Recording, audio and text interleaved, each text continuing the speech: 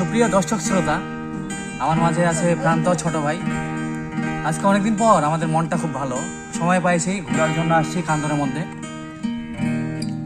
আপনারা সাথে থাকুন, একটা গান শুনবো ছোট ভাইয়ের কাছ থেকে। একটা গান বলা শুনি।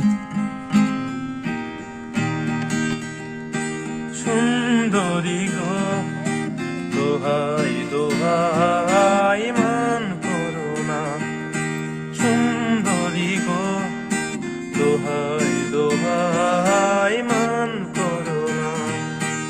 আজ নিশিতে কাছে থেকো